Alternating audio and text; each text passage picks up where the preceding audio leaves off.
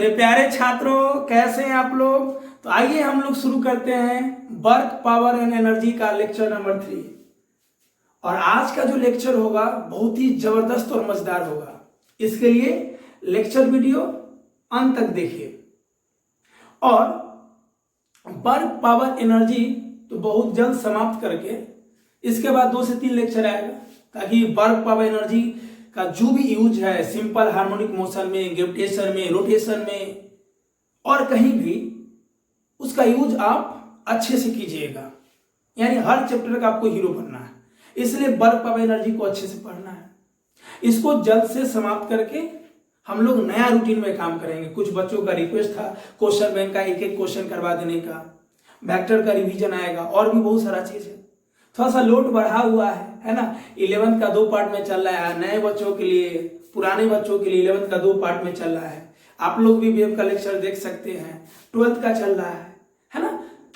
खैर कोई बात नहीं है, लोड होना ही चाहिए, सब काम करने का मजा अलग होता है। क्लियर। तो आइए हम लोग शुरू करते हैं क्वेश्चन करना। देखिएगा क्वेश्चन, एक आइडियल मासलेस स्प्रिंग है, ठीक है। An ideal massless spring can be compressed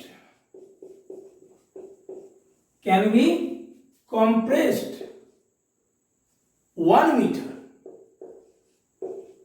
by a force of 100 Newton। Clear. यानी एक आइडियल स्प्रिंग है, मान लो स्प्रिंग का नाम ऐसा है, क्वेश्चन में दे देगा, और इसको 100 न्यूटन के फोर्स से कंप्रेस किया गया है। उसके बाद क्या हुआ, same spring is placed at the bottom of frictionless inclined plane at inclined 30 degree. और इस फ्रिक्शनलेस इंक्लाइंड प्लेन क्या है, यानी फ्रिक्शन का कहीं नामो निशान नहीं है। फ्रिक्शनलेस इंक्लाइंड प्लेन, कहीं भी फ्रिक्शन नहीं है। और इसके टॉप पर, ऊंचाई पर एक ब्लॉक है जिसका मास है 10 kg। मान लो मास का ब्लॉक है जिसका वैल्यू है 10 kg। उसी स्प्रिंग को, जो स्प्रिंग यहां दबाया गया है, सेम स्प्रिंग को यहां पे अटैच किया गया है। एक बात ध्यान से, आज का लेक्चर बहुत ही फायदेमंद होगा, क्योंकि हम लोग देख लेंगे कि मैकेनिकल एनर्जी का कंजर्वेशन कहां वैलिड है, कहां वैलिड नहीं है, और वर्क एनर्जी थ्योरम पे बहुत सारा क्वेश्चन किए हैं। लेकिन क्या वर्क, पावर, एनर्जी में पोटेंशियल एनर्जी का फॉर्मूला यूज होगा? यूज होगा तो कंडीशन क्या है? ऐसे तो क्वेश्चन बन ही जाता है। वर्क, पावर, एनर्जी में अगर हम पोटेंशियल एनर्जी नहीं भी लगाए तो भी क्वेश्चन बन जाता है। लेकिन अगर हम पोटेंशियल एनर्जी उसमें लगा दे तो क्वेश्चन और इजी हो जाएगा, मजेदार हो जाएगा। तो जरूर आज वीडियो अंत तक देखिएगा।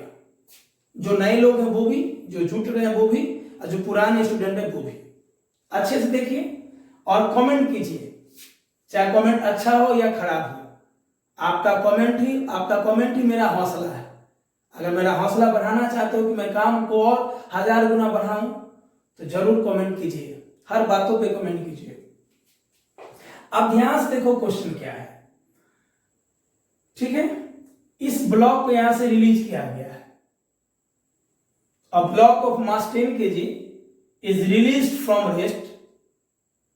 उसके बाद क्या हुआ, ये आया नीचे, इसको कंप्रेस किया 2 मीटर। इस स्प्रिंग को ये 2 मीटर कंप्रेस किया और ये रेस्ट में आ गया। फॉर अ शॉर्ट टाइम, बहुत कम देर के लिए, बहुत क्षण भर के लिए ये रेस्ट में आ गया, क्योंकि ये दबाएगा इसको तो कुछ देर के लिए एसएचएम मोशन कर सकता है। एसएचएम ऑक्सीलेशन वाइब्रेशन के इफेक्ट को हम लोग नेग्लेक्ट करेंगे, बस ये जानेंगे कि थोड़ा देर के लिए रेस्ट में आ गया है। चलिए क्वेश्चन है, what is the speed of block जिसका मास 10 kg है ना, just before touches the spring. Spring को टच करने से पहले उसका स्पीड क्या था? ठीक है, कहीं फ्रिक्शन नहीं है तो हम लोग क्या लगाएंगे? Conservation of mechanical energy. और क्या equation? U initial plus K initial बराबर U final plus K final. Clear? ये लिख देंगे कंजर्वेशन ऑफ मैकेनिकल एनर्जी। ठीक है, अब ध्यान से देखो, इनिशियल पोटेंशियल एनर्जी, स्प्रिंग का जो अभी नेचुरल लेंथ है वो तो अभी फिक्स है, फाइनल है दबा, अभी तो ये कॉम्प्रेस नहीं हुआ है, और ये ब्लॉक जो है वो h हाइट पे है, तो ब्लॉक का जो पोटेंशियल एनर्जी हो जाएगा इनिशियल वो हो जाएगा mgh। ब्लॉक इंक्लाइंड प्लेन के टॉप पे है, h हाइट पे, तो initial potential energy mgh। Initial kinetic energy 0, block rest में है। फाइनल पोटेंशियल एनर्जी, ये जैसे ही नीचे है इसको दबा दिया, कंप्रेस कर दिया, तो जब भी स्प्रिंग कंप्रेस होगा तो स्प्रिंग में जो पोटेंशियल एनर्जी होता है उसको क्या बोलते हैं? इलास्टिक पोटेंशियल एनर्जी, और उसका फॉर्मूला क्या होता है? 1/2 kx²। अब फाइनली वो रेस्ट में आ गया है तो फाइनल काइनेटिक एनर्जी 0 हो जाएगा। चलो ध्यान से, मुझे क्या चाहिए? मुझे चाहिए स्पीड। क्या चाहिए? स्पीड। Find the speed. अब ध्यान से देखो, इस इक्वेशन में स्पीड तो कहीं है ही नहीं। क्वेश्चन में पूछ रहा है कि स्प्रिंग को टच करने से पहले इस ब्लॉक का स्पीड क्या था, क्योंकि टच करने के बाद तो ये धीरे धीरे रेस्ट में आ जाएगा थोड़ा देर के लिए। क्लियर? और यहां तो इक्वेशन में है ही नहीं, क्योंकि इनिशियल काइनेटिक एनर्जी 0 है, क्योंकि बॉडी रेस्ट में था। अब फाइनल वो थोड़ा देर के लिए रेस्ट में आ गया तो फाइनल काइनेटिक एनर्जी 0 हो गया। अब क्या करोगे? तो ध्यान से देखो, ये लिखने के बाद सोचना, अभी रेस्ट में है, चलो इनिशियल काइनेटिक एनर्जी 0 क्योंकि यहां का स्पीड 0, अब फाइनली वो दबा के स्प्रिंग को दबा के रेस्ट में आ गया 0। लेकिन स्प्रिंग को दबाने से पहले जब ब्लॉक इस पोजीशन पे था तो हम लोग क्या सोचेंगे? स्प्रिंग को दबाने से पहले ये जो सिचुएशन है ये इनिशियल को शो करेगा, कोई मतलब नहीं वो कहां था।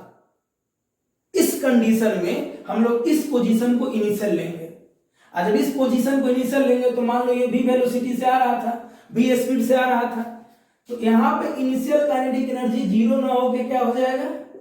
1/2 mv² हो जाएगा। बात आई समझ में? यस। क्वेश्चन का कंडीशन कुछ और रहता तब इनिशियल भी 0 होता और फाइनल भी 0 होता। हाँ, ऐसा पूछता है कि बताइए स्प्रिंग में कंप्रेशन कितना हुआ। अगर ये क्वेश्चन आता है कि स्प्रिंग में कंप्रेशन कितना है तो इनिशियल भी 0 होता है और फाइनल भी 0 होता है। लेकिन पूछ रहा है कि किस मतलब स्प्रिंग में टच होने से पहले स्पीड क्या था। इसका मतलब है कि फाइनल तो 0 हो गया, दबाते दबाते रेस्ट में आ गया, इनिशियल कुछ ना कुछ स्पीड से आ रहा था, इसलिए आप इनिशियल काइनेटिक एनर्जी क्या ले लेंगे? 1/2 mv²। यही भी निकालना है। बात आ रही है समझ में? चलो, अब भी निकालने के लिए क्या चाहिए? मास मालूम है 10 kg, जी का वैल्यू 10, एच भी निकल जाएगा। अगर थीटा 30 है तो साइन 30 लगा दो इस ट्रायंगल में, क्या होता है? p/h, p का काम करेगा h, और ये कितना दबाया? 2 मीटर। कितना दबाया? 2 मीटर। तो ये पूरा हो गया 2, ये पूरा 2 हो गया, 2 मीटर डिस्प्लेसमेंट, तो साइन 30 हो जाएगा p/h, है ना। यानी यहाँ पे p का काम कर रहा है h और जो हाइपोटेनस का काम कर रहा है वो है 2 मीटर, तो साइन 30 हो जाएगा h/2, तो h हो जाएगा साइन 30 × 2, तो साइन 30 कितना? 1/2 × 2, 2 को यहाँ ले आओ, यानी h हो जाएगा 1 मीटर।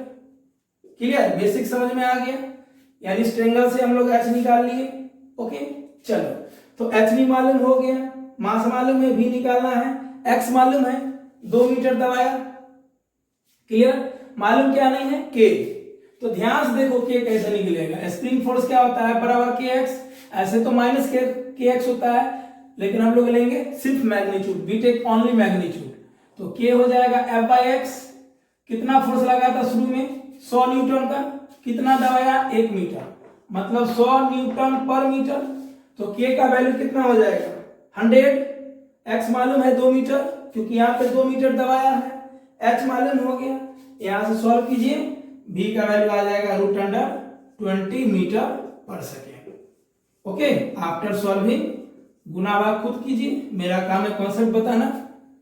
√20 मीटर पर सेकेंड आंसर आ जाएगा। क्लियर? चले आगे, चलो जल्दी से नोट करो। ओके,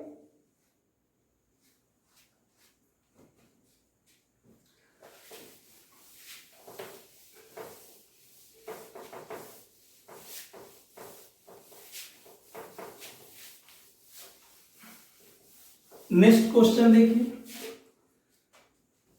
एकदम एक एक लाइन सीखिए। कोई भी एग्जाम देना हो, कॉन्सेप्ट को तगड़ा करना है, फिर एग्जाम तो एकदम बौना साबित हो जाएगा अगर कॉन्सेप्ट तगड़ा है तो। मान लो अभी एकदम जीरो लेवल से उठा रहे हैं, हर लेक्चर में हम लोग ऐसा ही करेंगे, जीरो लेवल से उठाएंगे फिर आगे बढ़ते जाएंगे। तो मान लो यहां से पुल्ली है, पुल्ली से 2 ब्लॉक है, ठीक है। मान लो M2 है और इधर वाला ब्लॉक M1 है, मास भी दे देगा। क्वेश्चन में है कि M2 is greater than M1, M2 का मास M1 से बड़ा है, और M2 या M1 को h हाइट नीचे फॉल कराया गया है, नीचे गिराया गया है, it is allowed to fall. या ये हो सकता है कि M1 को ऊपर ले गया, M1 is ascended to height h, h height पे इसको ले गया, मतलब इसको h हाइट पे पहुंचा दिया गया, जो भी हो सकता है। इसको नीचे ले आओ, चाहे इसको ऊपर ले जाओ, किसी भी प्रोसेस से। अब क्वेश्चन पूछ देगा find the velocity of both block, दोनों ब्लॉक की वेलोसिटी पूछेगी। क्लियर? अब ध्यान से देखो कि रस्सी सेम है तो टेंशन सेम, अगर रस्सी सेम है तो सब कुछ सेम होगा, जितना वेलोसिटी इस ब्लॉक का होगा उतना ही वेलोसिटी इस ब्लॉक का होगा, ठीक है। ऐसे पिछले लेक्चर में हम लोग रस्सी अलग अलग लेकर भी प्रॉब्लम किए हैं, जो लोग नहीं देखे हैं जल्दी से देखिए, ठीक है। चलो, तो हम लोग क्या करेंगे, इसको ले लेंगे रिफरेंस लेवल या रिफरेंस लाइन या बेस लाइन इसको बोलते हैं, ठीक है ना। अगर इस रिफरेंस लेवल से बॉडी नीचे आएगा तो पोटेंशियल एनर्जी जो होगा वो निगेटिव होगा, और रिफरेंस लेवल से बॉडी ऊपर जाएगा तो पोटेंशियल एनर्जी पॉजिटिव होगा। ध्यान रखिएगा, मतलब आज क्या करेंगे, आज के लेक्चर में पोटेंशियल एनर्जी को आरएल से मापेंगे। अगर रिफरेंस लेवल पे है तो पोटेंशियल एनर्जी 0 हो जाएगा, क्लियर। और रिफरेंस लेवल से नीचे बॉडी जा रहा है तो निगेटिव, और रिफरेंस लेवल से ऊपर जाएगा तो पोटेंशियल एनर्जी पॉजिटिव। ओके, और ध्यान रखना है कि पोटेंशियल एनर्जी इंक्रीज होगा यदि वर्क डन कंजर्वेटिव फोर्स के अपोजिट हो। यदि वर्क डन कंजर्वेटिव फोर्स के अपोजिट हो, क्लियर। अब अर्थ वाला फोर्स जो ग्रेविटी है, वो ग्रेविटी फोर्स क्या है, कंजर्वेटिव फोर्स है।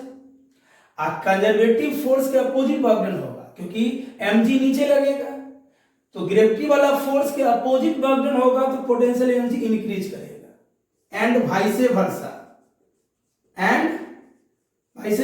ये सब कॉन्सेप्ट दाएं बाएं लिख लेना कॉपी में, कि यदि वर्क डन कंजर्वेटिव फोर्स के अपोजिट होगा, कंजर्वेटिव फोर्स मतलब जैसे स्प्रिंग फोर्स कंजर्वेटिव है, ग्रेविटी वाला फोर्स mg जिसको वेट भी बोलते हो कंजर्वेटिव है। तो अगर मान लो किसी बॉडी पे वर्क डन कंजर्वेटिव फोर्स के अलोंग हो रहा है तो क्या होगा, पोटेंशियल एनर्जी घटेगा, और कंजर्वेटिव फोर्स के अपोजिट होगा तो पोटेंशियल एनर्जी बढ़ेगा। अब ध्यान से जान लो कि कंजर्वेटिव फोर्स क्या होता है। ध्यान से देखो, मालूम होना चाहिए कंजर्वेटिव फोर्स और नॉन कंजर्वेटिव फोर्स। क्लियर? ध्यान से देखो, अगर initial kinetic energy final kinetic energy के बराबर होगा तो कंजर्वेटिव फोर्स होगा। मान लो कोई बॉडी को हम ए पोजीशन से बी पे ले गए, जितना काइनेटिक एनर्जी ए पे है उतना ही काइनेटिक एनर्जी बी पे होगा, एनर्जी का क्षय नहीं होगा, नष्ट नहीं होगा, तो ये कंजर्वेटिव फोर्स होगा। इसका मतलब है कि फ्रिक्शन नहीं है, फ्रिक्शनलेस सरफेस है, स्मूथ सरफेस है। और अगर काइनेटिक एनर्जी बराबर नहीं हुआ मतलब नॉन कंजर्वेटिव फोर्स है, जैसे friction, air resistance, air drag, viscous force, जो भी रेजिस्टेंस टाइप का फोर्स होगा, यानी जो वेलोसिटी को कम करेगा, एनर्जी को खा जाएगा, वेलोसिटी को खा जाएगा। क्लियर? तो ये पहला प्रोसेस हो गया। दूसरा हो गया कि यदि एक साइकिल में वर्क डन 0 हो गया, चाहे वो सर्कुलर पाथ पे घूमे चाहे स्ट्रेट पाथ पे, ब्लॉक ए से बी गया और बी से ए आ गया, अगर एक क्लोज पाथ में एक साइकिल में वर्क डन 0 हो गया तो कंजर्वेटिव फोर्स होगा, और वर्क डन 0 नहीं होगा तो वो नॉन कंजर्वेटिव फोर्स होगा। स्वाभाविक है कि अगर सरफेस में फ्रिक्शन होगा तो बॉडी ए से बी गया और बी से ए आया तो वर्क डन 0 नहीं होगा फ्रिक्शन के कारण। क्लियर? और अगर पाथ से इंडिपेंडेंट हो, मान लो ए से बी वर्क डन हुआ, कहीं भी ए से बी वर्क डन हुआ, तो ए से बी हम पहला रास्ता से गए, दूसरा रास्ता से गए, तीसरा रास्ता से गए, और किसी भी रास्ता से गए और वर्क डन सेम आया, मतलब वर्क डन पाथ पे डिपेंड नहीं कर रहा है, पॉइंट पे डिपेंड कर रहा है। यानी वर्क डन जो है, यानी कंजर्वेटिव फोर्स जो है वो पॉइंट फंक्शन है, वो इनिशियल और फाइनल पॉइंट पे डिपेंड करता है, पाथ से कोई मतलब नहीं है। आप किसी भी रास्ता से जाओ ए से भी वर्क डन सेम होगा। तो अगर पाथ से इंडिपेंडेंट है कोई भी फोर्स तो वो कंजर्वेटिव फोर्स कहलाएगा। अब पाथ पे डिपेंड करेगा, जैसे फ्रिक्शन पाथ पे डिपेंड करता है, अलग अलग पाथ से जाओगे अलग अलग फ्रिक्शन होगा, अलग अलग फ्रिक्शन के कारण अलग अलग फोर्स का वैल्यू आएगा, अलग अलग वर्क डन होगा। तो पाथ पे डिपेंड करेगा तो वो क्या होगा, नॉन कंजर्वेटिव फोर्स होगा। ये पहले से भी आपको मालूम होगा, थोड़ा सा बता दिए हैं ताकि मजा आ जाए। क्लियर? ओके, तो ये सब एक्स्ट्रा पॉइंट था। आप ध्यान से देखो क्या करेंगे, मुझे क्या निकालना है, दोनों ब्लॉक का वेलोसिटी, कहीं भी फ्रिक्शन नहीं है। चलो क्या लिखेंगे, यहां से लिखते हैं initial potential energy plus initial kinetic बराबर फाइनल प्लस फाइनल, मतलब कंजर्वेशन ऑफ मैकेनिकल एनर्जी का कॉन्सेप्ट लिखेंगे, initial potential plus initial kinetic बराबर final potential plus final kinetic. Initial potential तो बेस लाइन पे ही है 0, रेस्ट में है काइनेटिक एनर्जी दोनों का 0, फाइनल पोटेंशियल ये नीचे आया और ये ऊपर गया, तो जो रिफरेंस लेवल से नीचे आएगा उसका पोटेंशियल एनर्जी निगेटिव, तो माइनस m2gh, ये ऊपर जाएगा ये नीचे आएगा तो ये ऊपर जाएगा, इसका पोटेंशियल एनर्जी क्या हो जाएगा प्लस, है ना, रिफरेंस लेवल से ऊपर है m1gh, दोनों मोशन में आया, दोनों का काइनेटिक एनर्जी 1/2 mv², 1/2 m2v²। होगा सर काइनेटिक एनर्जी प्लस में है, काइनेटिक एनर्जी स्केलर क्वांटिटी है, और किसी भी डायरेक्शन में हो बॉडी कितना भी हो काइनेटिक एनर्जी को हमेशा प्लस से लिखेंगे। ठीक है, अब यहां से भी निकाल लो, है ना, ये दोनों टर्म को इधर ले आओ, प्लस माइनस प्लस हो जाएगा, प्लस माइनस हो जाएगा, यहां से भी कॉमन ले लो, निकाल लो। भी कॉमन क्यों होगा, दोनों का तो भी सेम होगा क्योंकि रस्सी सेम है, टेंशन सेम है। चलो कैलकुलेट कर लेना, ठीक है ना। आप लोग क्या करते, कॉपी में ऐसे ही छोड़ देते, नहीं, वीडियो रोको और आराम से सॉल्व करो फिर आगे देखो। चले आगे, चलो अच्छे से सीखना है, छोटी छोटी बातों पे ध्यान देना है, तभी बड़े बड़े क्वेश्चन में आप लगा पाओगे। मतलब कोई भी क्वेश्चन में अगर 3-4 कॉन्सेप्ट दे देता है तो 3-4 कॉन्सेप्ट पहले से मालूम होना चाहिए। नेक्स्ट क्वेश्चन देखिए ध्यान से, मान लो ये रिजिड सपोर्ट है, यहां से कोई वुडन ब्लॉक है m मास का, ठीक है, अभी रेस्ट में है, लटका हुआ है, यहां से कोई बुलेट जा रहा है जिसका मास m है और v वेलोसिटी से जा रहा है। ये आके इससे टकराया and remains embedded in it, और इसी में रह गया। मतलब m मास का बॉडी है, इसी में वो एम्बेडेड हो गया। अब क्या हुआ, जैसे ही इसको ये वाला बुलेट इससे टकराया और इसके अंदर घुस गया, it rises to a height h, ये h हाइट पे पहुंच गया, यहां से थीटा एंगल पे, और h हाइट पे यहां से पहुंचेगा। बोला है क्वेश्चन में कि ब्लॉक का हाइट राइज हो गया h, ठीक है। ये m मास का ब्लॉक था और इसी में बुलेट घुसा हुआ है, ठीक है। क्वेश्चन है find the initial velocity of bullet. Bullet का इनिशियल वेलोसिटी पूछा है। क्वेश्चन समझ गए ना। यहां से रस्सी के हेल्प से, स्ट्रिंग के हेल्प से, है ना, या थ्रेड के हेल्प से एक वुडन ब्लॉक लटका हुआ जिसका मास कैपिटल M है। यहां से बुलेट है जिसका मास स्मॉल m है, v वेलोसिटी से जा रहा है। इसे टकराया and remains embedded in it, इसमें रह गया। अब इसके कारण क्या हुआ, सिंपल सोचो, ये बॉडी पहले मोशन में था, मतलब ये अपना काइनेटिक एनर्जी लेके चल रहा है, इसकी काइनेटिक एनर्जी 0 थी। जैसे ही इससे टकराया, ये अपना काइनेटिक एनर्जी इसको दे दिया, अब दोनों बॉडी चलने लगा। अब सिंपल सोचो ना, हम कहीं जा रहे हैं दौड़ के, ठीक है, तो मेरा बॉडी में काइनेटिक एनर्जी, अब मान लो मेरे बॉडी से कोई रस्सी बांध के कोई टूल को या कोई टेबल को मेरे बॉडी में बांध दिया, तो वो बॉडी तो पहले से रेस्ट में था। मान लो कोई कुर्सी ही बांध दिया, अब हम दौड़ेंगे तो कुर्सी भी मेरे साथ दौड़ेगा, तो कुर्सी के पास तो काइनेटिक एनर्जी 0 था, तो कैसे दौड़ रहा है, मेरा काइनेटिक एनर्जी उसमें ट्रांसफर हुआ। जब मेरे में कुर्सी नहीं बांधा गया था तो हम 100 जूल से दौड़ रहे थे, क्लियर। अब कुछ एनर्जी बढ़ गया, अब दोनों को मिला के 100 है, हो सकता है मेरा 80 हो और कुर्सी को 20 दे दिए। सेम वही चीज हो रहा है, ये अपना काइनेटिक एनर्जी इसको दे दिया और दोनों साथ में चलने लगा। तो वही पूछ रहा है कि इनिशियल वेलोसिटी ऑफ बुलेट क्या होगा। कहीं भी फ्रिक्शन नहीं है, लगा देंगे initial potential energy from conservation of mechanical energy से, हर जगह लगेगा। Initial potential plus initial kinetic बराबर final potential plus final kinetic. Initial potential 0, base line है ना, क्लियर। याद रखना, जब पोजीशन चेंज होगा बॉडी का तो उस समय ग्रेविटेशनल पोटेंशियल एनर्जी देते हैं। पोजीशन चेंज के रिस्पेक्ट में ग्रेविटेशनल पोटेंशियल एनर्जी, और ग्रेविटेशनल पोटेंशियल एनर्जी mgh। और जब कॉन्फ़िगरेशन चेंज होता है, किसी स्प्रिंग का स्ट्रक्चर चेंज होता है, कॉन्फ़िगरेशन चेंज होता है, चाहे वो कंप्रेस हो या एलोंगेट, तो वो इलास्टिक पोटेंशियल एनर्जी कहलाता है।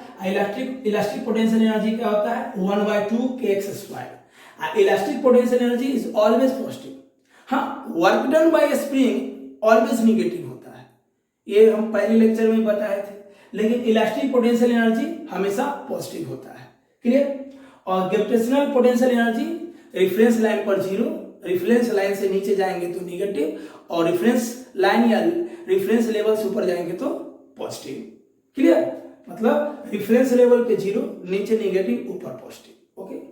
और जो ग्रेविटेशनल पोटेंशियल एनर्जी है that is only defined for conservative force. Gravitational potential energy is only defined for conservative force, that means किसी भी दो पोजीशन के बीच का जो पोटेंशियल एनर्जी होगा, जैसे मान लो बॉडी ए से बी गया, तो final potential energy minus initial potential energy, ये हमेशा बराबर होगा negative work done of conservative force. मतलब किसी भी जगह, किसी भी सिस्टम में, पूरे यूनिवर्स में potential energy only defined for conservative force. मतलब दो पॉइंट के बीच का potential energy, final potential minus initial potential energy बराबर negative work done by conservative force, clear. ये भी आज के लेक्चर में बहुत काम करेगा।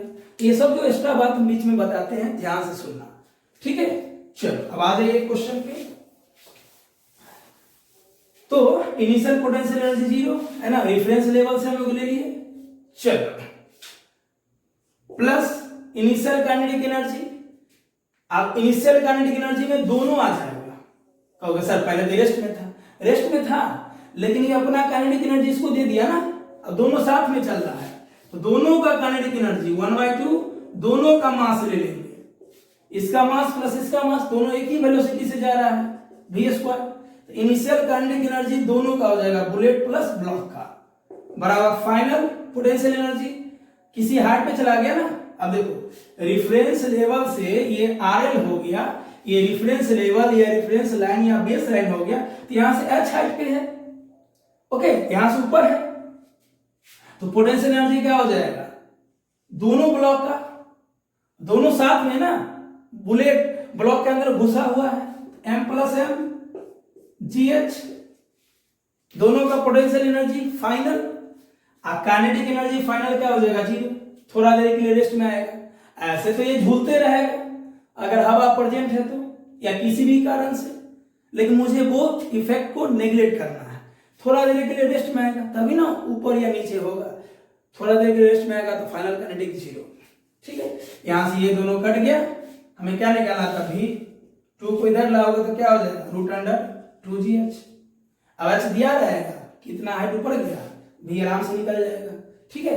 जल्दी लिखो,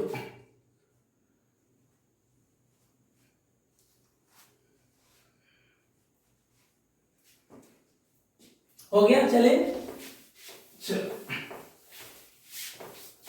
और क्वेश्चन करते हैं, समझ में आ रहा है। चलो मान लो ये एक हेमी स्फेरिकल बॉडी है, ठीक है, या एक हेमी स्फेरिकल बॉडी है, कटोरा जिसको बोलते हो, घर में खाते हो ना कटोरा में जलेबी मुरही,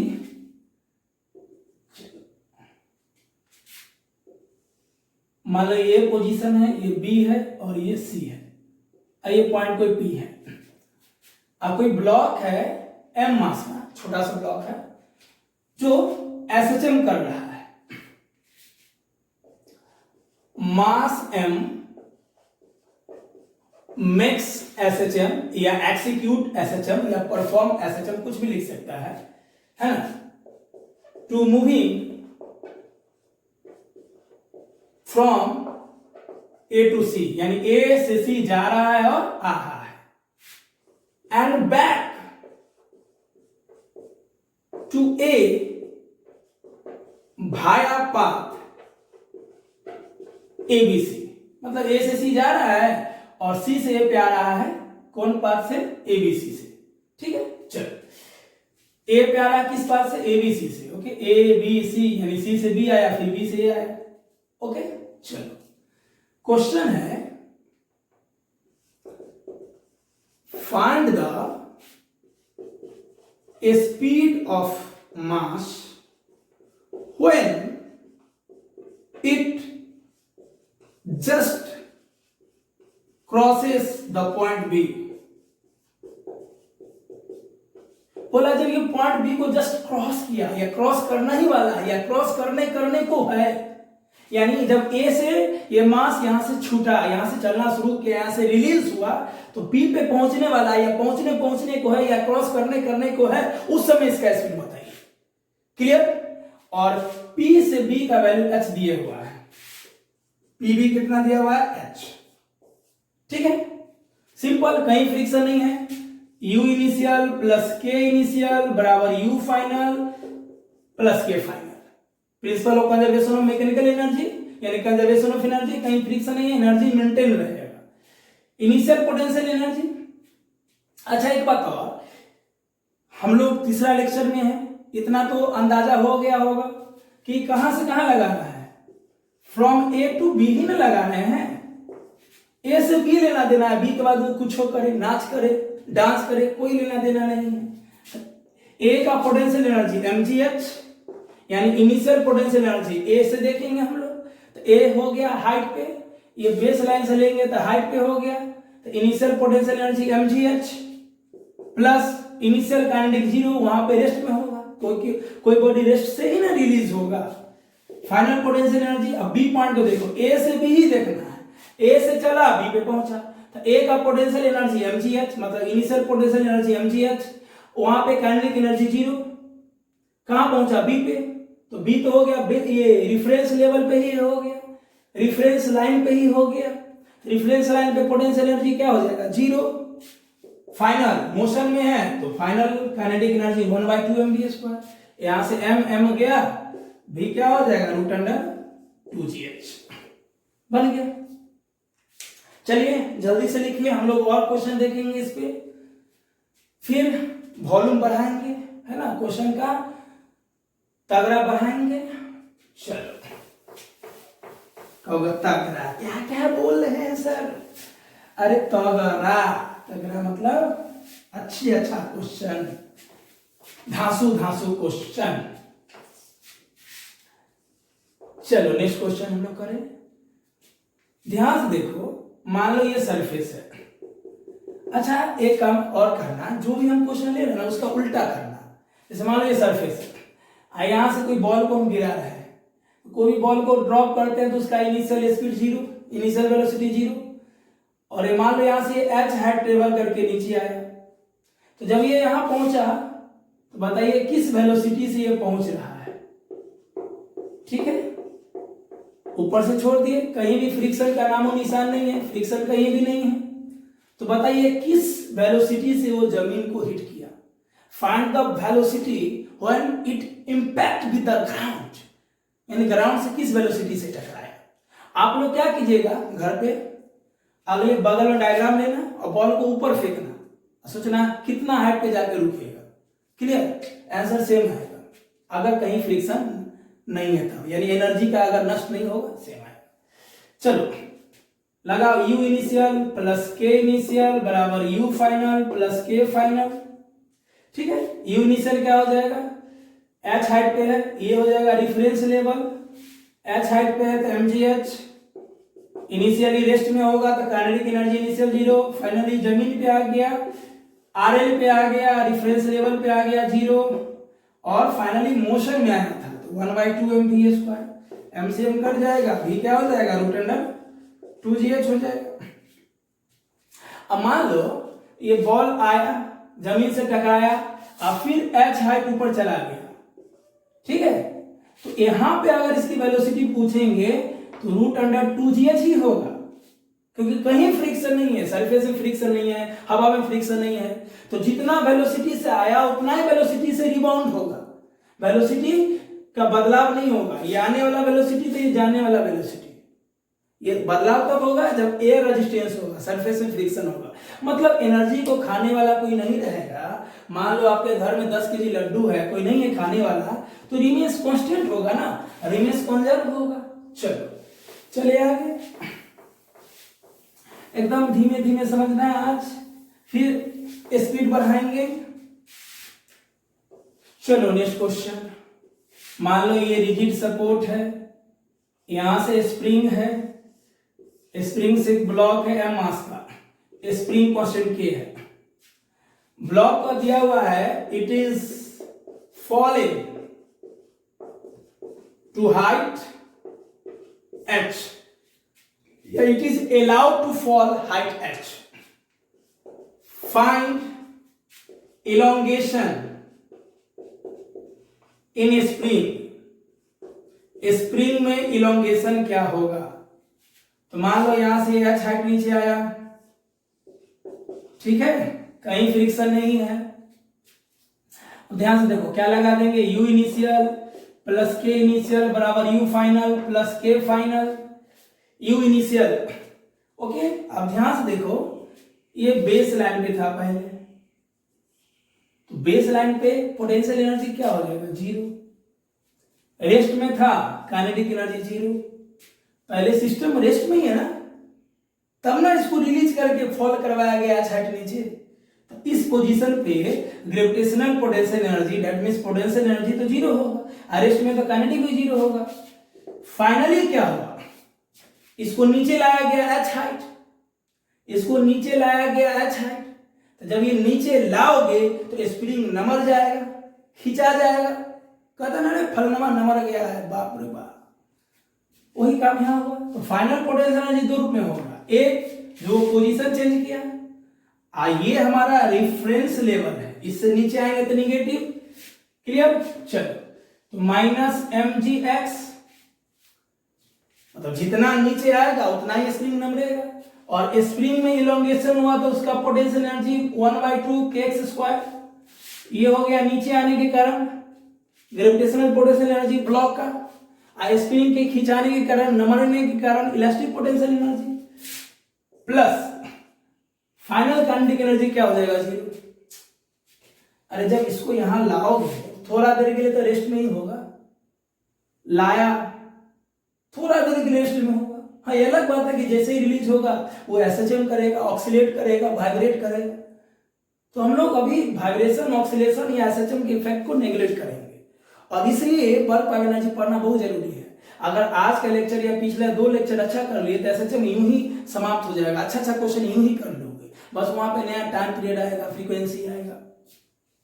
यहां से एक्स निकाल लो, निकालोगे ना यहां से एक्स आ जाएगा आंसर, वही एक्स हो जाएगा इलोंगेशन। चलो जल्दी करो। अच्छा यहाँ पे नोट, बहुत लोग यहाँ पे क्या करते हैं, सोचा कि सर ये नीचे आया तो स्प्रिंग ऊपर वाला फोर्स लगाया, जैसे ही इसको नीचे दबाएंगे स्प्रिंग ऊपर अपनी ओर फोर्स लगाएगा अपने नेचुरल पोजीशन को बचाने के लिए। स्प्रिंग वाला फोर्स हो गया kx और मास वाला फोर्स हो गया mg। ओके, तो kx बराबर mg, यहां से x हो जाएगा mg/k। बिल्कुल गलत, ये तब होगा जब बॉडी इक्विलिब्रियम में होगा। अब बॉडी इक्विलिब्रियम में तब होगा जब हम इसको धीरे धीरे लाएंगे, खींचे स्प्रिंग फोर्स ऊपर और खींचे स्प्रिंग फोर्स ऊपर और लाए स्प्रिंग फोर्स ऊपर, मतलब जब स्लाइटली मूव करवाएंगे तब ये हो सकता है। लेकिन अचानक एकाएक अलाउ ही हो गया, फॉल हो गया, fall in to height H, तब एनर्जी कंजर्वेशन से बनाएंगे, ये गलत हो जाएगा। क्लियर? चलो नेक्स्ट निकाल लेना, वहां से कितना आएगा 2mg/k आएगा।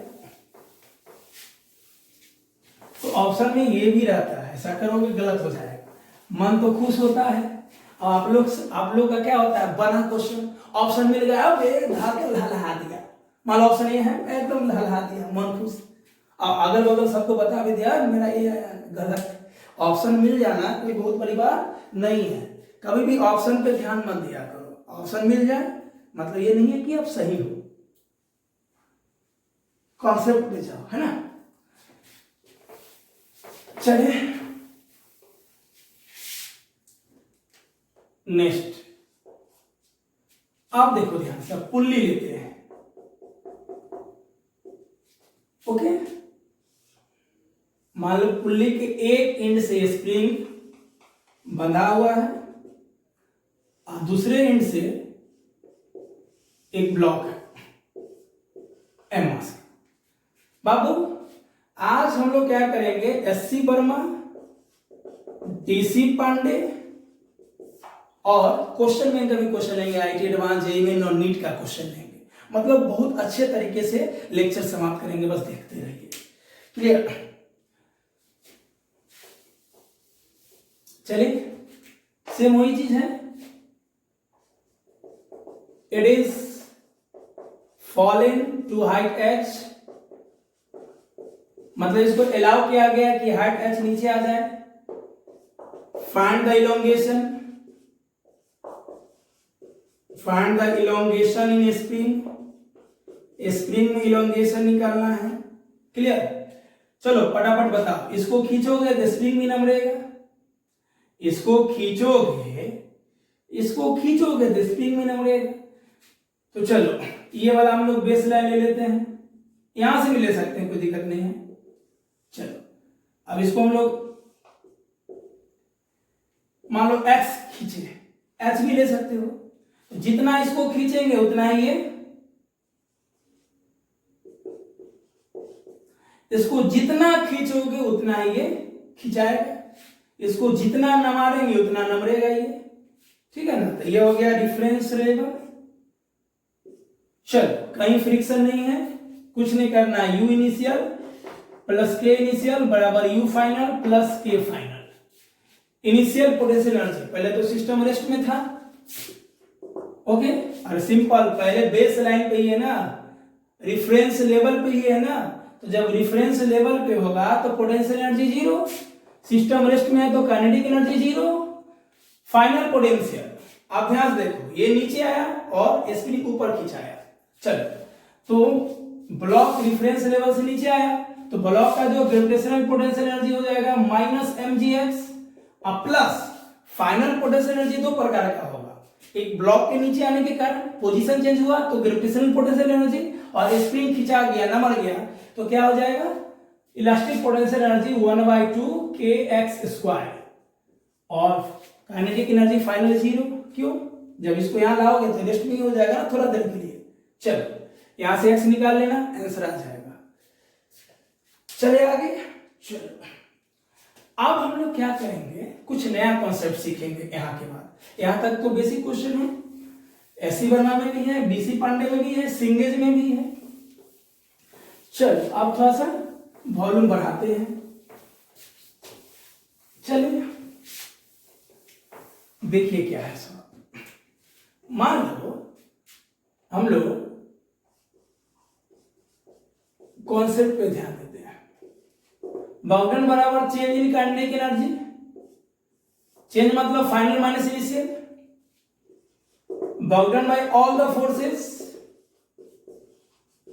बाउंडन by all the forces, final kinetic minus initial kinetic के बराबर। ये हर जगह वैलिड है, चाहे फ्रेम इनर्शियल हो या फ्रेम नॉन इनर्शियल हो।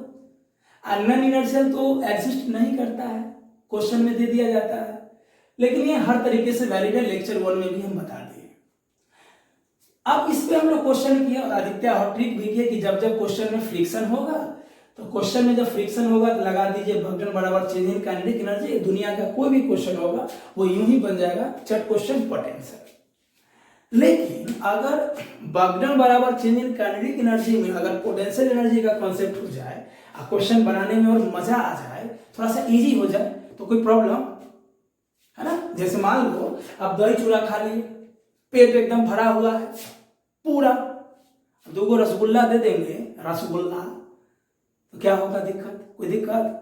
जाके चपचपा दोगे? तो हम लोग रसगुल्ला वाला काम करेंगे, है ना। यानी आज का जो कॉन्सेप्ट है वो है रसगुल्ला, है ना, रसगुल्ला। ओके, चलो इसको थोड़ा सा मॉडिफाई करते हैं। पहले जलेबी था, आज थोड़ा इसको रसगुल्ला बनाते हैं। चलो ध्यान से देखो, क्या है रसगुल्ला, मुंह में पानी आ गया। चलो पहले पढ़ लो, रिजल्ट लाओ।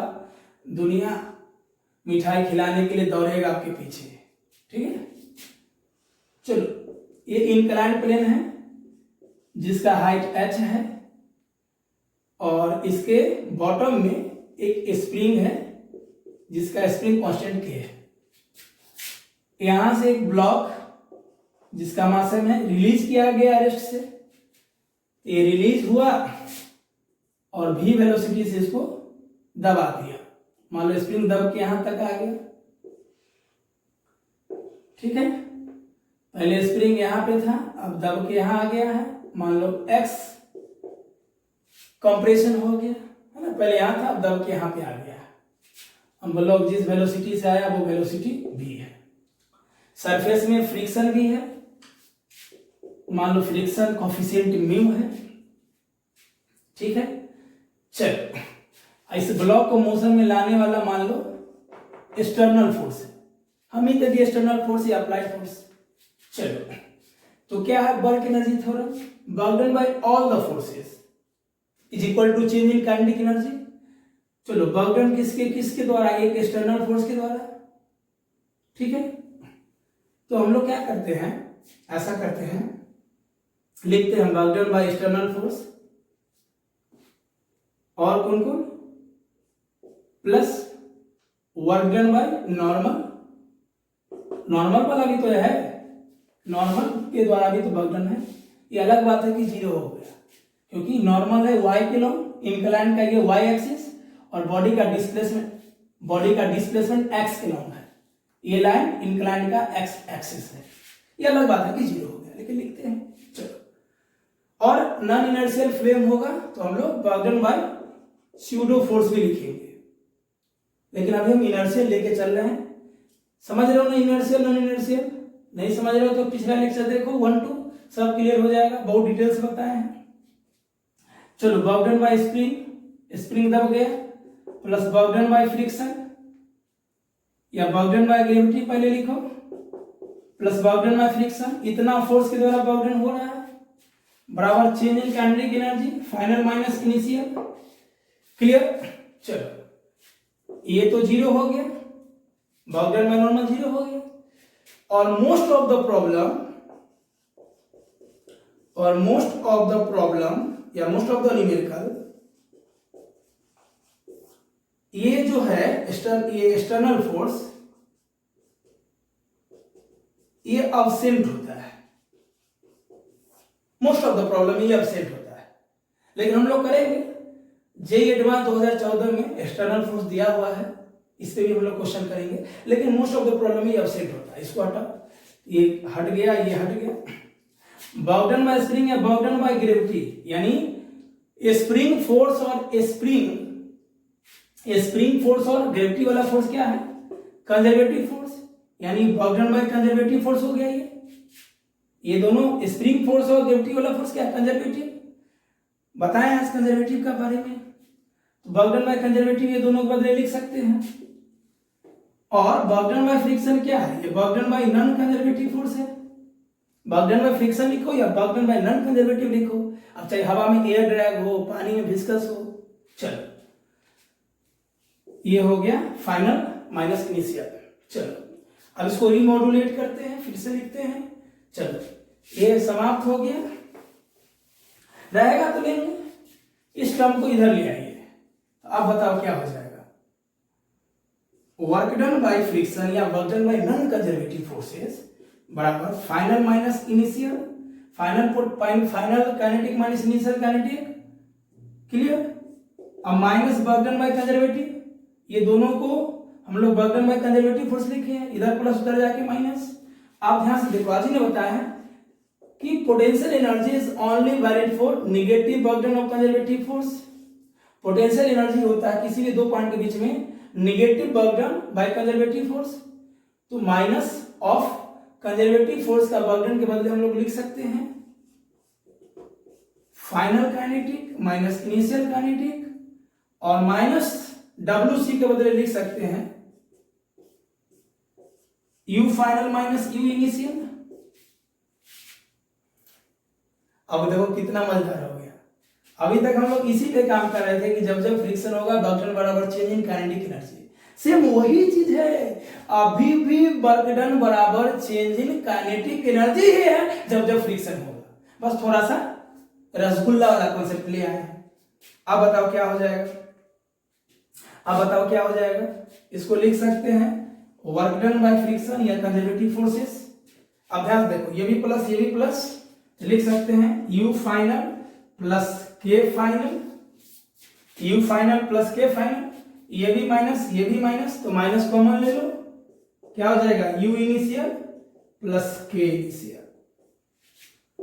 ये बहुत ही TTI है, अच्छे से कॉपी में लिखो, ताबड़तोड़ इंपोर्टेंट है कि आप कंजर्वेटिव फोर्स को अप्लाई करके पोटेंशियल एनर्जी में बदल के और ऐसे में भी क्वेश्चन बना सकते हैं। अच्छा क्वेश्चन लेंगे। अब ध्यान से देखो कि अगर फ्रिक्शनलेस सरफेस होगा, है ना, सरफेस में फ्रिक्शन नहीं होगा, फ्रिक्शनलेस सरफेस होगा, स्मूथ सरफेस होगा, तो work done by friction zero हो जाएगा फ्रिक्शनलेस सरफेस के लिए। तो अगर ये जीरो होगा तो ये माइनस वाला टर्म इधर आके प्लस हो जाएगा, तो अब क्या हो जाएगा? U initial plus K initial बराबर U final plus K final. यही है conservation of energy, conservation of mechanical energy, यही तो है ना। इसलिए ना छोटा मोटा हम लोग एक थ्योरी बना लिए ट्रिक के रूप में, है ना, कि जब फ्रिक्शन नहीं होगा तो ये लगाएंगे। आज चीजें और क्लियर हो गई। चलो और भी ट्रिक आएगा, पहले कॉन्सेप्ट सीख लो, धांसू ट्रिक आने वाला है, जल्दी से लिखो, नोट करो। अब हम लोग क्वेश्चन करेंगे।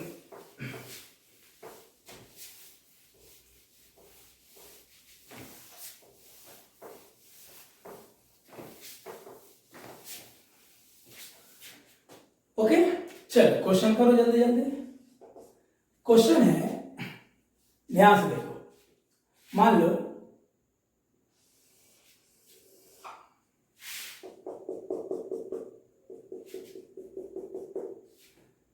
ये स्प्रिंग है और ये ब्लॉक से कनेक्टेड है, ठीक है। मान लो ब्लॉक का मास m, स्प्रिंग कांस्टेंट k, और यहां सरफेस में जो फ्रिक्शन है वो है म्यू। ब्लॉक और सरफेस के बीच में फ्रिक्शन म्यू, ठीक है। चलो म्यू का वैल्यू हम 0.2 ले लिए, मास का वैल्यू हम 1 kg ले लिए, k का वैल्यू हम 50 न्यूटन पर मीटर ले लिए, जो भी वैल्यू दे देगा, इसे कोई मतलब नहीं है। अब इसको यहां से दबा दिया गया, कंप्रेस कर दिया गया। मान लो अभी ये स्प्रिंग अपने नेचुरल पोजीशन में है, अब इसको यहां से x डिस्टेंस कंप्रेस कर दिया गया, कंप्रेस कर दिया गया। अब कंप्रेस करके इसको रिलीज किया गया, तो बताना है कि ये ब्लॉक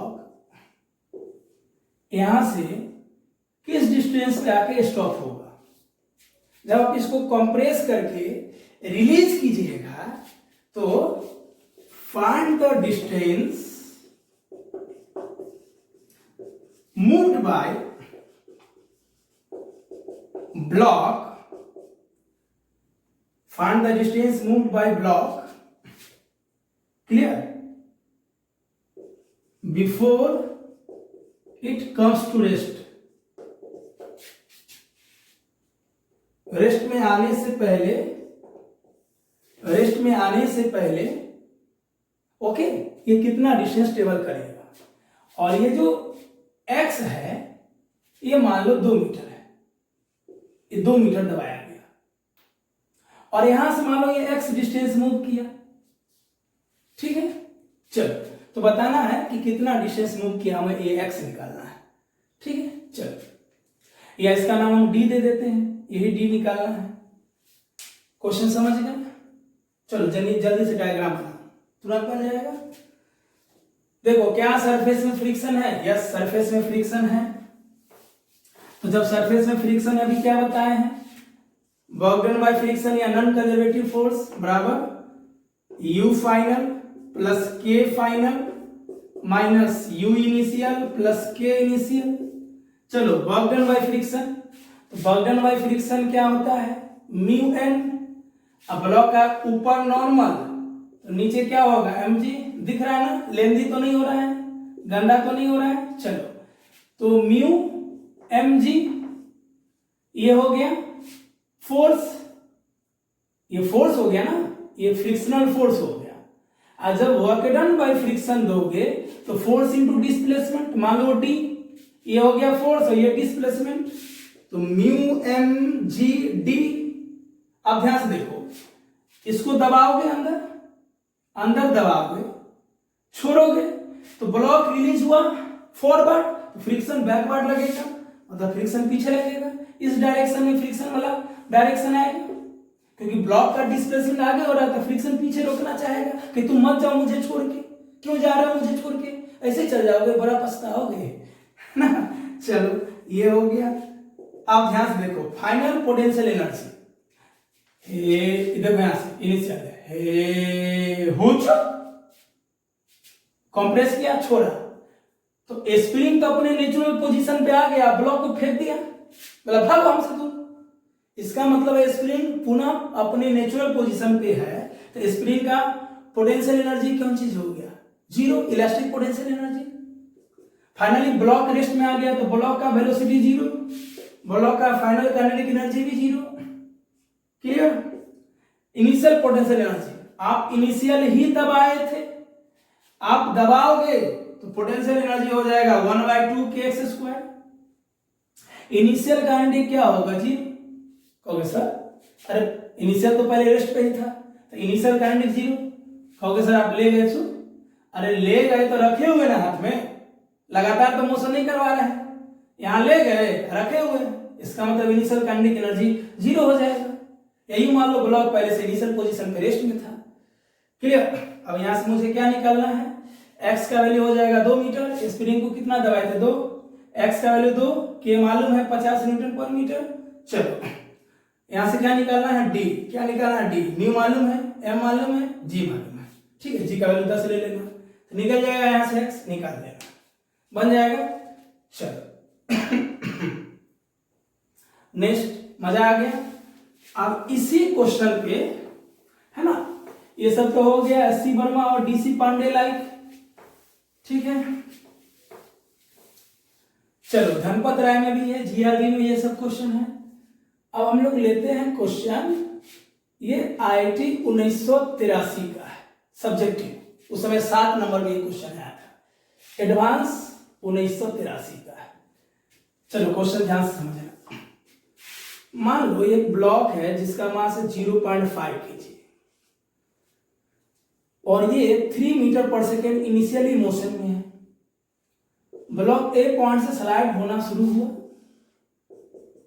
यहां से स्प्रिंग कनेक्टेड है, ये बी पॉइंट है, ए से बी है 2 मीटर और ये फ्रिक्शनलेस है। ए से बी क्या है, 2 मीटर और ये फ्रिक्शनलेस है, ठीक है। और ये है डी और ये है सी, बी से डी यानी बी से सी, बी से सी रफ सरफेस है, ए से बी और बी से सी रफ सरफेस है, और इस रफ सरफेस का जो फ्रिक्शन कोफिशिएंट दिया हुआ है वो 2 दिया गया है। स्टैटिक फ्रिक्शन का कोफिशिएंट 0.22 और काइनेटिक फ्रिक्शन का कोफिशिएंट 0.2 दिया हुआ है बी और सी के बीच में। और बी और डी के बीच का जो लंबाई है, डिस्टेंस है, वो 2.14 है ना। बी और डी के बीच का जो है डिस्टेंस वो 2.14 है, ठीक है, ये क्वेश्चन में दिया हुआ है। स्प्रिंग का लेंथ है 1 मीटर और इसका स्प्रिंग कांस्टेंट है 2 न्यूटन पर मीटर, ठीक है। ये ब्लॉक ए से स्लाइड हुआ, ठीक है, ए से स्लाइड हुआ, आगे गया, क्वेश्चन वही पूछ रहा है, find the distance moved by block before coming to rest।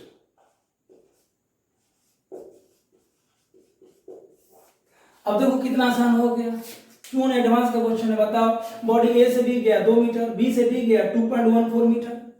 अब ए से बी में तो कोई रोकने वाला है नहीं, धर के गया। अब जैसे ही आगे गया, बी के बाद फ्रिक्शन इसको अपोज किया, बॉडी आगे जाना चाह रहा है तो फ्रिक्शन पीछे लगाएगा फोर्स, ठीक है। और फाइनली मान लो ये स्प्रिंग को ये एक्स दबाया और यहां पे आके रुक गया, तो मान लो यहां से यहां तो डिस्टेंस मालूम ही है, यानी फाइंड द टोटल डिस्टेंस मान लो, और क्वेश्चन अच्छा हो जाएगा। तो 2 मीटर 2.1 मीटर तो ये पहले ही ट्रेवल किया हुआ है, बस हम लोग क्या निकालेंगे, एक्स, तो लगा दीजिए, है ना। फ्रिक्शन है सरफेस में तो क्या लगेगा, बर्डन बाय फ्रिक्शन बराबर यू फाइनल प्लस के final minus you initial plus के इनिशियल।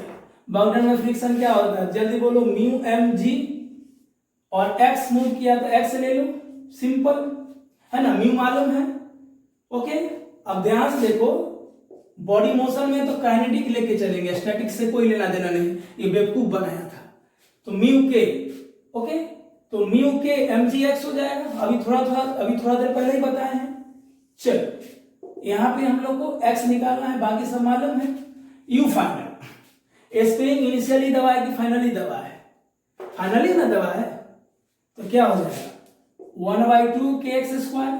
अब फाइनल काइनेटिक 0 क्योंकि बॉडी रेस्ट में आ जाएगा, इनिशियल पोटेंशियल 0 क्योंकि पहले ये नेचुरल लेंथ में था, और इनिशियल काइनेटिक भी क्या हो जाएगा, इनिशियल काइनेटिक पहले से मोशन में था 1/2 mv²। चलो अब यहां से x निकाल लेना, ओके।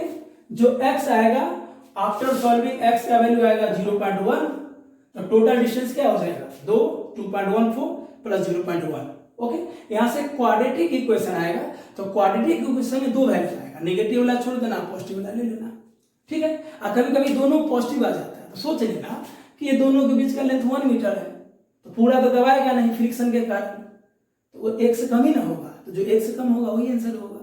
क्लियर, समझ गया ना, कितना आसान हो गया, ओके। सेम टू सेम पहले वाला है, बस x निकालना था। चलो नेक्स्ट हम लोग करें, बन जाएगा।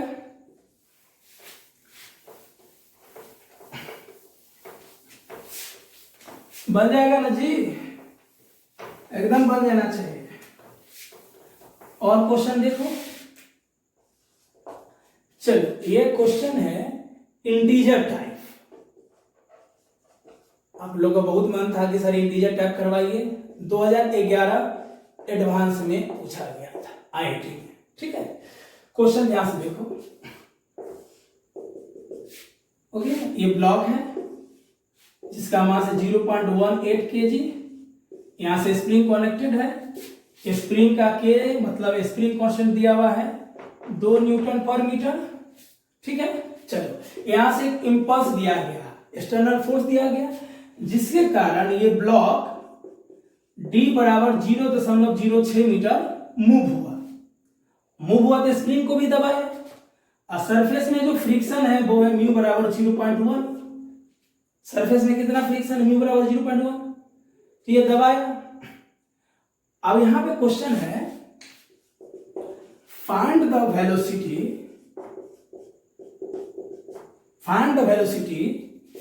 v बराबर n/10 है ना। फाइंड द वेलोसिटी या द वेलोसिटी इज v बराबर n/10, देन n निकालना है।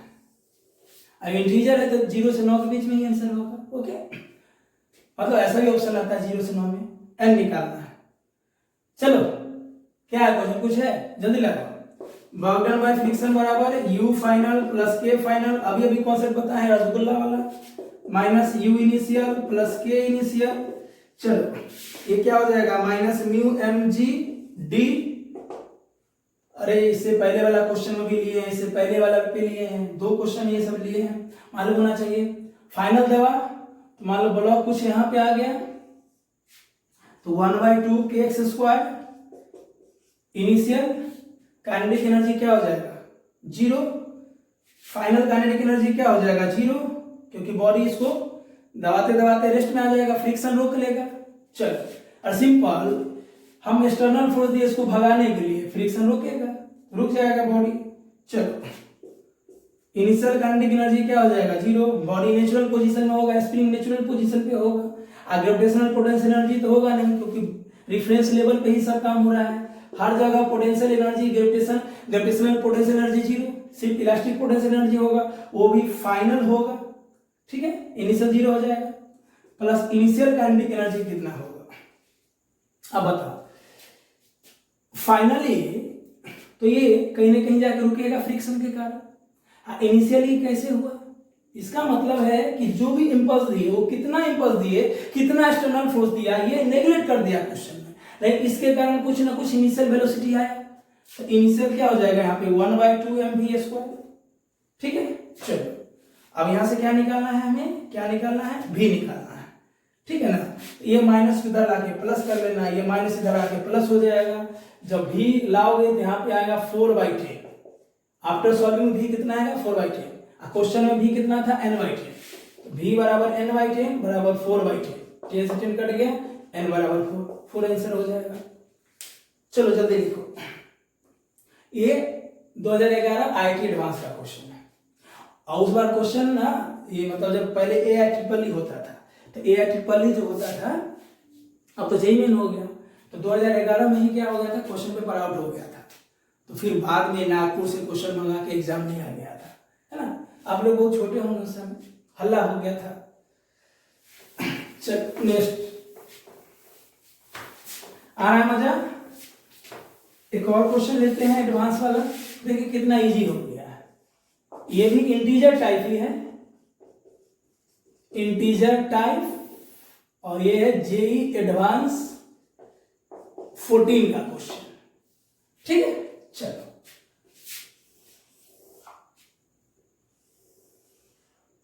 ये मान लो Q है, ये मान लो P है, ओके, ये O है, ये 4 मीटर है, ये 3 मीटर है, दिया हुआ है क्वेश्चन में।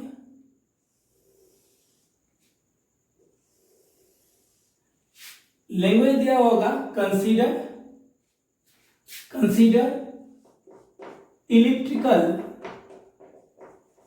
है ना, रेल्स, इसको ये इलेक्ट्रिकल रेल माना है, पटरी, ठीक है। और यहाँ पे एक ब्लॉक है, इस ब्लॉक को पुल कर रहा है, ब्लॉक का मास है 1 kg और जो फोर्स लगा है 18 न्यूटन, है ना। इलेक्ट्रिकल पटरी है ये, यहाँ पे 1 kg का बॉडी है जिसको 18 न्यूटन के फोर्स से खींचा जा रहा है, पुल किया जा रहा है। इस प्रकार पुल किया जा रहा है कि ये PQ के हमेशा पैरेलल है, it is always parallel to PQ। Question है कि अगर ये ब्लॉक जब Q पे पहुंचा, kinetic energy when, kinetic energy मतलब block, when it reaches Q n into 10 joules, बोला kinetic energy when it reaches Q, मतलब जब ये ब्लॉक P से Q पे पहुंचा तो काइनेटिक एनर्जी Q पे कितना है, n into 10 joules। क्वेश्चन है फाइंड n क्या होगा, ठीक है। क्वेश्चन देख के बच्चा घबरा गया, कुछ नहीं है, अगर कॉन्सेप्ट आपके पास है ना। अरे डरने की क्या बात है जब कॉन्सेप्ट भैया अपने साथ है ना। अरे डरने की क्या बात है, कॉन्सेप्ट भैया अपने साथ है। चलो बनाते हैं, क्वेश्चन लिखो, डायग्राम बना, चलो नेक्स्ट।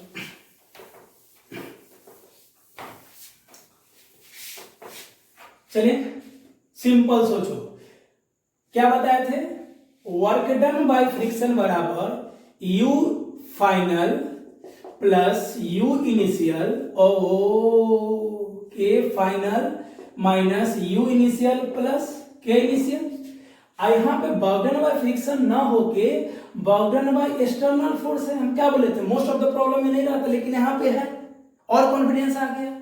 चल तो work done by external force क्या होता है, फोर्स इनटू डिस्प्लेसमेंट। फोर्स कितना लगा 18 और डिस्प्लेसमेंट कितना हुआ, ये था POQ, ये था 4, ये 3, ये 5 metre. 18 into 5, force into displacement. चल फाइनल पोटेंशियल एनर्जी, अब ध्यान से देखो, अभी तो बेस लाइन पे ब्लॉक था, यहाँ पे तो पोटेंशियल एनर्जी 0 होगा, लेकिन अब ऊंचाई पे पहुंच गया है तो mgh final potential energy block का होगा mgh, मतलब gravitational potential energy plus final kinetic energy, यही तो निकालना है, minus initial 0 final potential energy block का, क्योंकि P से Q पहुंचा, H हाइट पे पहुंचा, mgh।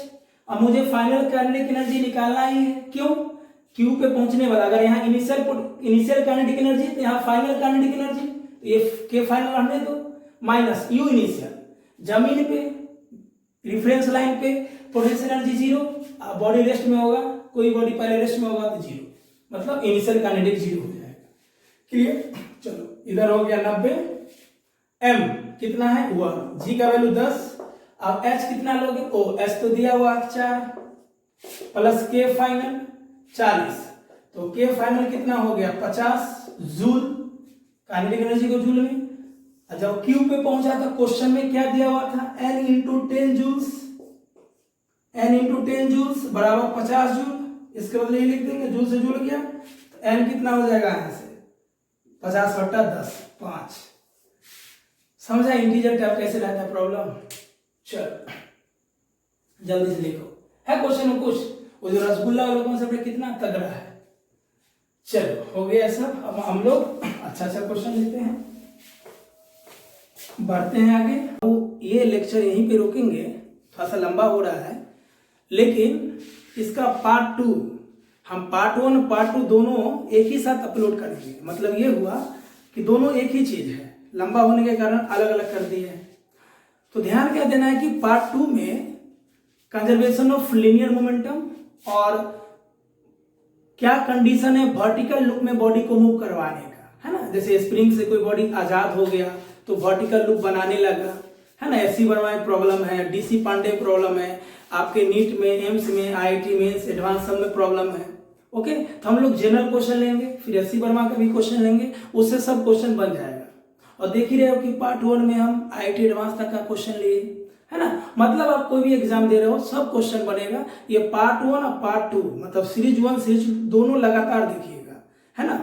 बीच में थोड़ा सा 2 मिनट का गैप लीजिएगा और लगातार देखिएगा।